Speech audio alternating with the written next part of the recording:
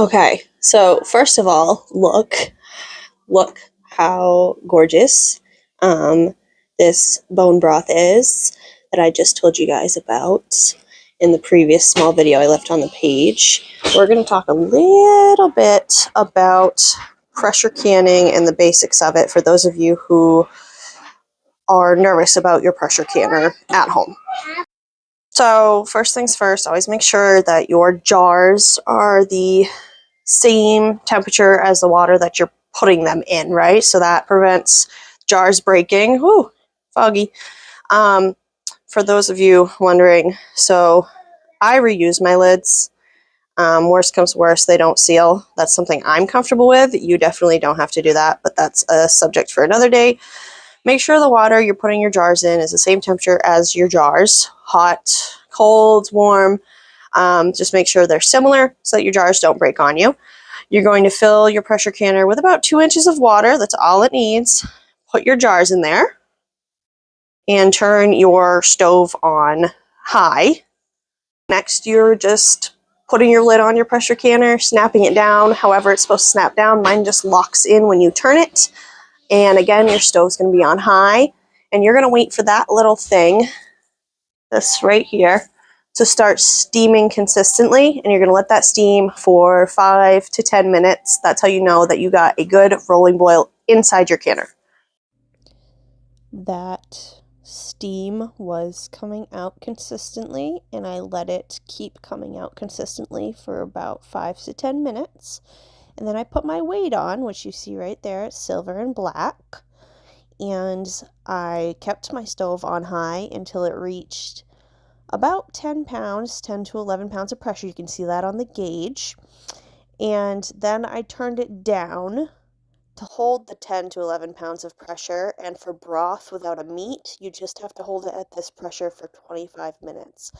Now, your first couple times, you're going to have to babysit this because you're going to have to find out what level on your stove, as far as heat goes, keeps your pressure where it needs to be.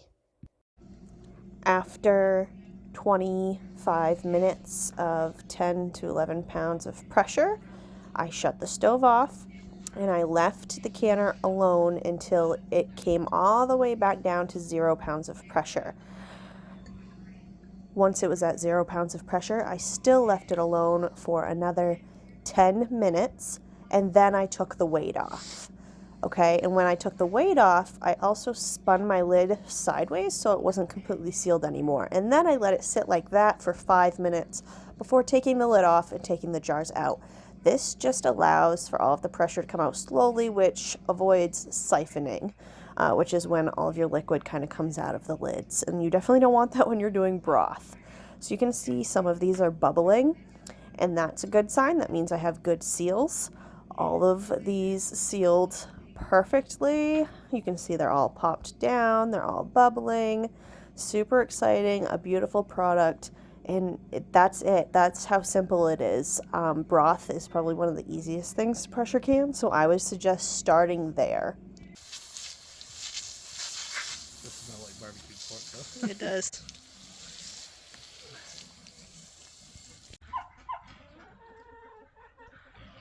So these are two younger Mangalitsa pigs that we got in a trade, and we needed to cull them so that we don't have to move them with us. We really would like to only move breeder animals when we relocate next month.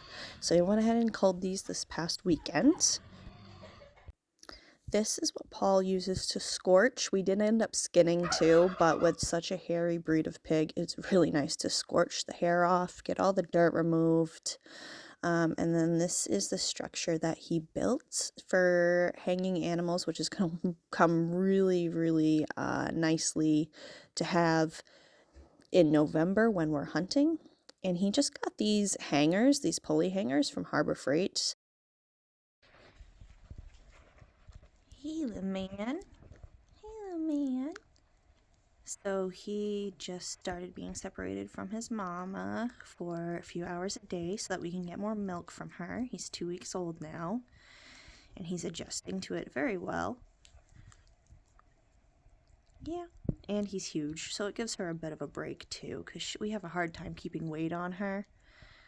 I think unfortunately we're gonna cull her this fall. I think she's older than what we were told, and she just seems to be struggling. Her quality of life isn't fantastic.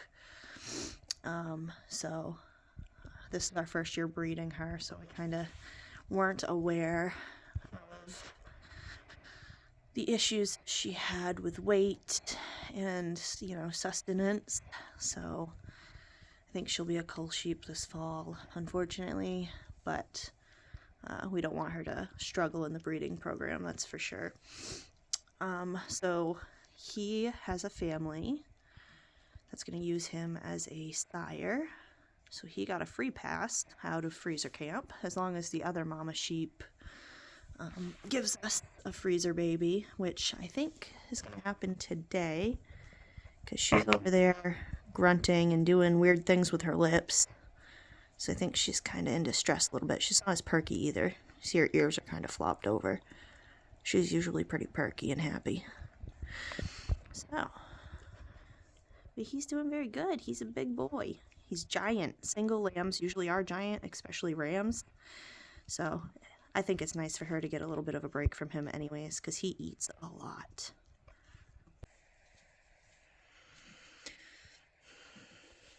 So I'm going to finish my day cleaning the upstairs area of our house and keeping an eye on Mama Sheep, because she's seeming real stressed out today, and real uncomfortable. So hopefully that means we're going to have baby lambs soon, and she's just one of our 2 sheep that we have that are breeding age right now.